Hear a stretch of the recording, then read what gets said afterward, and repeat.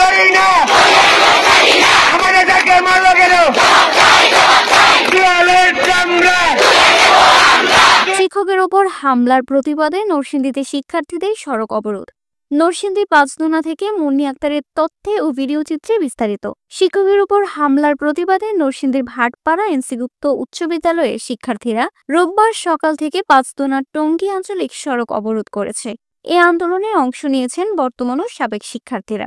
ইংরেজি বিভাগের শিক্ষক ময়নাল হোসেন তার বাড়ি নির্মাণের কাজ করছিলেন।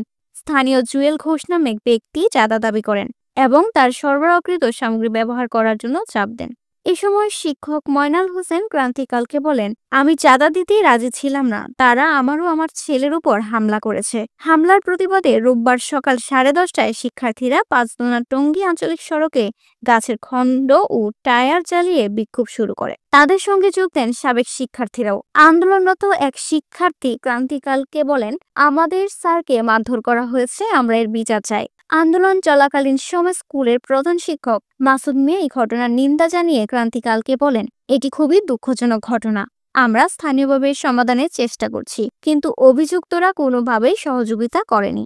দুপুর 1:30টায় আইনশৃঙ্খলা বাহিনীর ঘটনাস্থলে এসে অভিযুক্তদের গ্রেফতারের আশ্বাস দিলে শিক্ষার্থীরা অবরোধ প্রত্যাহার করে। অবরোধ তুলে নেওয়ার সময় এক শিক্ষার্থী ক্রান্তিকালকে বলেন, আমরা আইনশৃঙ্খলা বাহিনীর উপর আস্থা রাখছি, আশা করি স্যার ন্যায্য বিচার পাবেন।